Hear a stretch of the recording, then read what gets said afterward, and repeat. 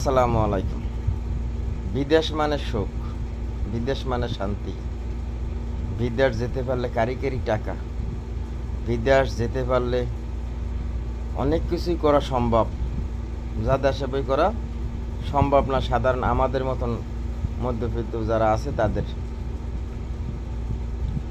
এখন কথা হইল, এই যে যে রুমে আমি শুয়ে আছি, কবরের কথা চিন্তা করা যায় শুধু এই লাইটটা লিবাইলে।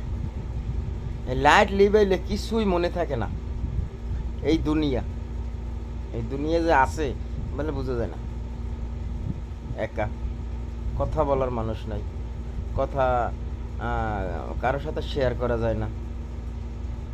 রাত 9টা, 9:30, 10টা বাজে, বাস মোবাইল ডাটা অফ করিয়া অস্তে শুয়ে থাকি। নীরব নীরব। কোথায় স্ত্রী, কোথায় সন্তান, কোথায় মা, কোথায় বাবা, কোথায় আত্মীয় স্বজন, কোনো খোঁজখবর নাই। আজ যদি একটু সর্দি জ্বর হয়, একার ভোগ করতে হয় সব।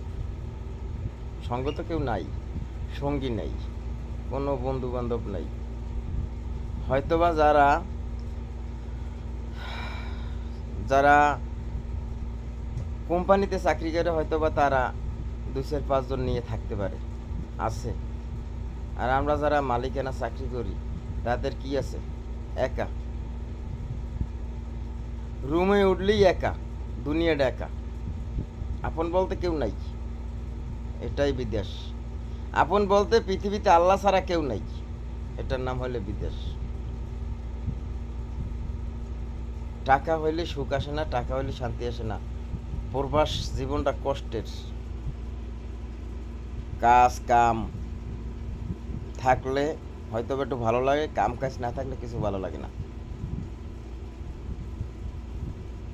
কিচ্ছু ভালো লাগে না।